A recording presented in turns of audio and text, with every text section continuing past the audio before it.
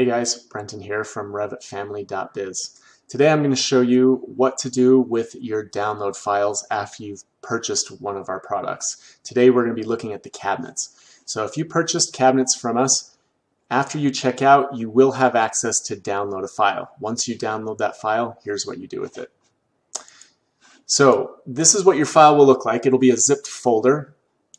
All you're going to do is right-click on it, and you're going to extract all, and you're going to pick the destination. I usually put it on my desktop because I'm then going to open those files up and I'm going to put them where I want to. In this case, you're probably going to want to put them in your Revit library, but I would just suggest put it on your desktop for now, and then I'll show you what is in that file. So you would hit extract, and once you hit extract, you get a file that looks like this on the inside.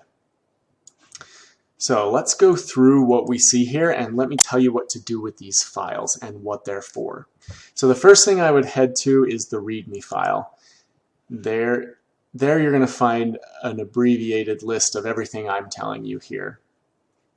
In this file, you'll see a summary of the license agreement that comes with the families, and then you'll get links to other helpful videos.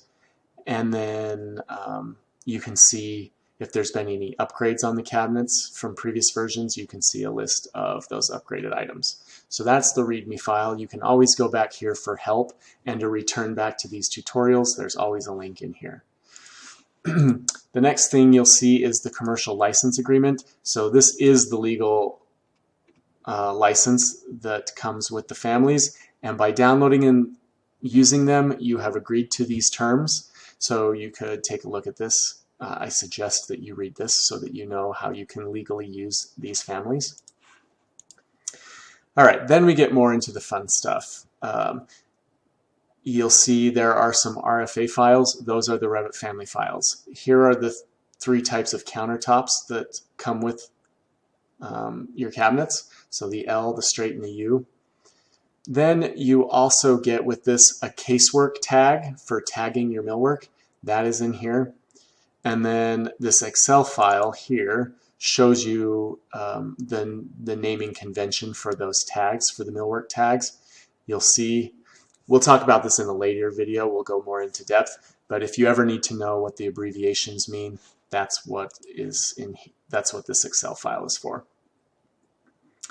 And then the other thing you get is an example project file. So this is a Revit project file. When you open it, you'll see something similar to this that shows you all the different cabinets that come with the set that you just downloaded, and it gives you examples of how to use them. So if you ever were curious, if you want inspiration or if you just need to see how something was done, you can go in here and take a look at all of those cabinets. And we will be returning to that later in a different video. All right, so that covers all the loose files that are in here right immediately. And then there's three folders. The first folder are your actual cabinet. These are the Revit families of the cabinets that you just bought. So when you look in here, you'll see there's a .rfa file. And that file is the actual family file, like I said before. And then there's a .txt file. This is the type catalog for the Revit family. So one is the 3D model information that you open in Revit, and one is just a standard text file. These always have to have the same name, and they need to be in the same folder together. So if I was to move all of these cabinet files into my Revit library, if I'm going to move them from this folder to a different folder, these TXT files need to go with the families. And if you ever rename the family, the TXT file also needs to be renamed. We'll go over later exactly how to use type catalogs and what they're for and why they're a good thing. We'll go through that in a different video. For now, just know that they're there and they need to move with the Revit families. After that, we have a materials folder. If you go in here, it's just texture, images of textures that the cabinets come with.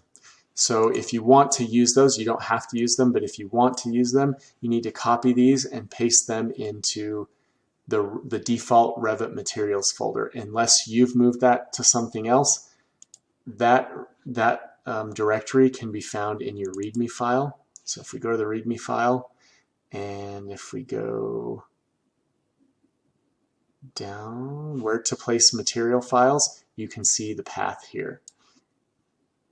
So all you have to do is move those JPEGs or PNG files into this folder right here, and you'll just follow that path. All right, let's open back up to our unzipped file. The last folder you see is full of .txt files.